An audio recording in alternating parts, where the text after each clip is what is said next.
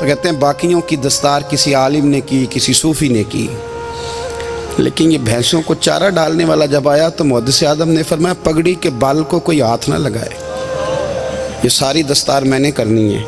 اور فرماتے ہیں حضرت بال بھی دیتے جاتے تھے اور آنسو بھی بہاتے جاتے تھے، ماتھا بھی چومتے تھے، اور فرماتے تھے دستار کے بعد چلا تو نہیں جائے گا یار، مجھے تو عبادت بھی نہیں رہ گئی، مجھے تو چابیوں کو بھی نہیں پتا کون سی کہاں رہتی ہے، جائے گا تو نہیں تو رو پڑا، کہنے لگا سوڑیا جائے تو وہ جس کے پلے کچھ ہے ہو، آتا جاتا تو ہے کچھ نہیں، مجھے کس نے رکھنا ہے، میں نے کہاں جانا ہے، ادھر کہاں تو ادھر ہی رہوں گا۔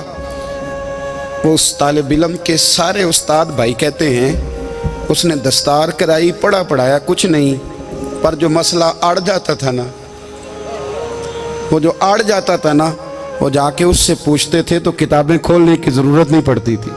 مولانا امجد علی صاحب اعظمی رحمۃ اللہ علیہ فرماتے ہیں یکدم اعلیٰ حضرت کا دروازہ کھلا، یہ بھی میرے اعلیٰ حضرت کی زندگی ہے، اسے بھی دیکھ، یکدم دروازہ کھلا تو بوڑھے امام کے پیروں میں جوتا کوئی نہیں، اور اعلیٰ حضرت سر پٹ دوڑے۔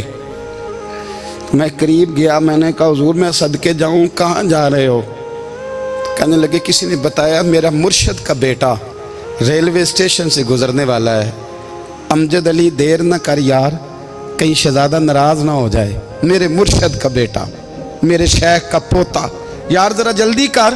کہتے ہیں اعلیٰ حضرت دوڑے ریلوے اسٹیشن پہ، انہیں اگر فتوے لکھنے آتے تھے کل کے رضا ہے خنجر خونخوار برق بار، تو وہ یہ بھی کہا کرتے تھے کیسے آقاؤں کا بندہ ہوں رضا، بول بالے میری سرکاروں کے۔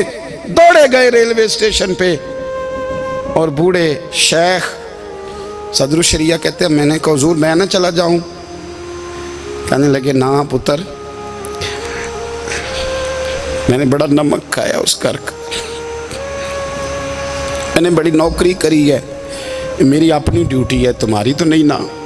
میرے شیخ فرماتے ریلوے اسٹیشن پہ حضرت کھڑے ہیں تو ایک مسافر اترتا، اس کے قریب جاتے ادب سے سلام لیتے تو کہتے ماریرا شریف سے تو نہیں کوئی آیا؟ کہتے وہ مسافر گزر جاتا، دوسرا آتا تو پھر قریب جاتے، کہتے اس کے آستانے سے تو نہیں آئے، ادھر سے تو نہیں کوئی آیا؟ کہتے سارے گزر گئے، جن مسافروں نے اترنا تھا اتر گئے، ٹرین چل پڑی۔ تو میں نے کہا حضور کسی نے آپ کو غلط اطلاع دی تھی، شہزادے تو آئے نہیں۔ کہنے لگے یار اطلاع غلط تھی یا ٹھیک تھی، پر یہاں تک آنے کا مزہ بڑا ہے۔ آپ سمجھ سکتے ہیں اعلیٰ حضرت کے دو بیٹے ہیں، حجت الاسلام مولانا حامد رضا خان صاحب اور مفتی اعظم عالم اسلام، دونوں شہزادے اتنے بڑے شہزادے تھے کہ دونوں اپنے اپنے وقت کے سب سے بڑے مفتی ہوئے۔ یہ بھی تو میرے اعلیٰ حضرت ہیں نا، اس کو بھی تو ذرا سمجھو نا، خشکی اور پھر خشکی اور پھر خشکی۔ ایک دن پیر صاحب نے کہا، نوری میاں صاحب، کہ احمد رضا یار وہ بھینسیں رکھی ہوئی ہیں تو ان کو نا گیدڑ آ کے تنگ کرتے ہیں، تو دو کتے مل جائیں نا کبھی تو چلو رات کو پہرے داری کریں گے، دو کتے مل جائیں۔ میں اکثر سوچتا ہوں کہ اعلیٰ حضرت و عالم تھے، ان کا کتوں سے کیا لینا دینا؟ حضرت جی آپ نے کتوں کی بات کرنی تھی تو کسی دنیا دار سے کرتے، دو کتے مل جائیں تو ذرا جانوروں کی دیکھ بھال کریں گے۔ فرمایا حضور سویرے ہی آ جائیں گے۔ بھئی آپ کا تو یہ شوگر لینی تو آپ کہاں سے لائیں گے؟ دن چڑھا تو دونوں بیٹوں کے گلے میں رسیاں ڈالی۔ اعلیٰ حضرت کو صرف آپ فتوے کی روشنی میں دیکھتے ہیں، آپ کو اس شخص کے درد کا نہیں پتا، اس کے ذائقے کا نہیں پتا، وہ کس سٹیج کا آدمی ہے، سٹیٹس کیا ہے طریقت میں، شریعت میں، عشق میں۔ دونوں شہزادوں کے گلوں میں رسیاں اور پکڑا ہوا ہے۔ تو نوری میاں صاحب کہتے ہیں میں چارپے پہ بیٹھا تھا تو نیچے بٹھال دیے دونوں بچے، میں اٹھ کے کھڑا ہو گیا۔ میں نے کہا مولانا یہ کیا؟ کہنے لگے حضور ڈیوٹی بھی کریں گے اور روٹی بھی نہیں مانگیں گے، جنہاں تنا وچ عشق نہ رچیا کتے او نہ تھی چنگے، مالک دے کر راکھی کر دے صابر بھوکے ننگے۔ کدھر گیا ذوق، کدھر گیا وہ درد؟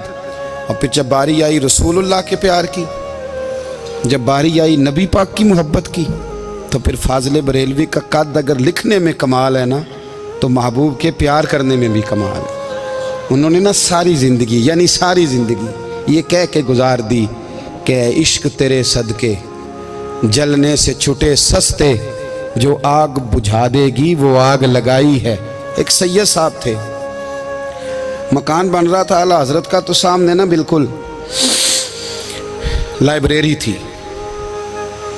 تو جب مکان بن رہا ہوتا ہے تو تب سارے مستری مزدور اندر ہی ہوتے ہیں، تو سب کا آنا جانا تھا، سب لوگ آتے جاتے تھے بلا جھجک۔ تو وہ سید صاحب بھی ایک دن آ گئے، سامنے لائبریری میں ملے، پھر چلے گئے۔ کچھ دنوں کے بعد گھر مکمل ہو گیا، اب عورتیں بھی آ گئیں، تو شاہ جی کو پتہ نہیں تھا۔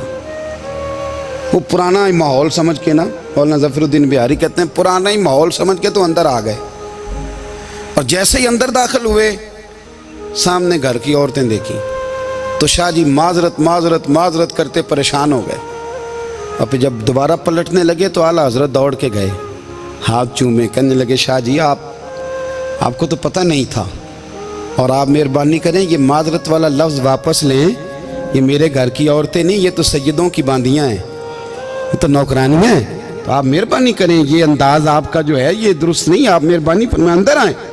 اور پھر سارے خاندان کو لے کے پردے کے پیچھے کھڑا کیا اور کہنے لگے شاہ جی کو غلطی لگ گئی، انہوں نے ہم سے معذرت کی، اب ہم سارے مل کے ان سے معذرت کریں گے، اس لیے کہ یہ رسول اللہ کا خاندان۔ یار تھوڑا بہت دو چار لفظ جس بندے کو آ جائے نا، دو چار لفظ، میں ذاتی طور پہ نا آپ کو پتہ ہے میں تو نعت خانوں سے تو ہماری بنتی نہیں، بہت سارے نعت خان تو ہمیں ویسے ہی نہیں، میں کہتا ہوں نعت آنے دے جانے کا نام نہیں، نعت تو کلام کا نام ہے۔ کسی بزرگ کی بات پڑھو، کوئی مطلب اس میں کوئی ذوق ہو، کوئی درد ہو، یہ کیا بات ہوئی جو آج کل کام شروع ہے۔ لیکن آپ کو پتہ ہے ہم نعت خان کی بھی عزت کرتے ہیں۔ میں جس نعت خان سے نعت سنتا ہوں میں دل کی قلب کی گہرائی سے اس کا حیا کرتا ہوں، میں اکرام کرتا ہوں، اللہ جانتا ہوں، میں اعزاز دیتا ہوں، اس لیے کہ میں سمجھتا ہوں یہ جب بولتا ہے نا تو مجھے مدینے والے کی یاد آتی، یہ نبی کریم کی یاد دلاتا ہے، تو اس کا اعزاز ہے۔ اعلیٰ حضرت فاضل بریلوی رحمۃ اللہ تعالیٰ علیہ نے نبی کریم سے محبت کی، اور حضور سید عالم صلی اللہ علیہ وسلم سے تعلق رکھنے والی ہر شے سے محبت کی۔ انہوں نے اپنے ذوق کو کبھی پھیکا نہیں پڑنے دیا، ساری زندگی رسول اللہ صلی اللہ علیہ وسلم کا پیار۔ تھوڑے دو چار لفظ میری طرح کسی شخص کو آ جائیں تو وہ ادب اداب کے دائروں سے نکل جاتا ہے، وہ ہر چیز کو کلو کال کے ذائقے میں رکھتا ہے۔ اس لیے ملا رومی فرمایا کرتے تھے سیٹھ آدمی ہونا جیب میں پیسے ہوں تو اس کا پیر کوئی نہیں ہوتا۔ اگر کوئی عہدہ مل جائے، بندہ کسی درجے پہ پہنچ جائے تو اس بندے کا بھی مرشد ہے، اور اگر چار لفظ پڑھ جائے تو اکثر میری طرح کے بندے خلیفے ہوتے ہیں، مرید نہیں ہوتے۔ ناراض تو نہیں ہو گئے آپ لوگ؟ میری طرح کے لوگ نا خلیفے ہوتے ہیں، بتاتے ہیں 14 جگہ کا خلیفہ ہوں تو سوال یہ ہے کہ غلام کس کا ہے؟ میری خلافتیں؟ او خدا کے بندے، غلامی اصل چیز ہے۔ اعلیٰ حضرت فاضل بریلوی رحمۃ اللہ تعالیٰ علیہ نا لوگوں سے پوچھتے، جب کوئی مدینے سے آتا، مکے سے آتا، حج کر کے آتا تو پوچھتے مدینے گئے تھے؟ صدر الشریعہ رحمۃ اللہ علیہ فرماتے ہیں کسی نے کان میں آ کے کہا حضور وہ موچی حج کر کے آیا ہے، پکی بات ہے حضور؟ ہاں۔ فرمایا چلو چلیں۔ حضرت جی وہ لکھنا نہیں؟ تو میں آ کے دیکھتے ہیں۔ حضرت مہمان اوے آ کے دیکھتے ہیں، کہتے دوڑنے لگے، وہ جوتے گانٹ رہا تھا، جا کے پوچھا حج کر کے آئے ہو؟ کہا ہاں۔ مدینہ شریف گئے تھے؟ وہ جس بندے کے پاس لوگ تاریخیں لینے جائیں تو ٹائم نہ ملے، بھائی مدینے گئے تھے؟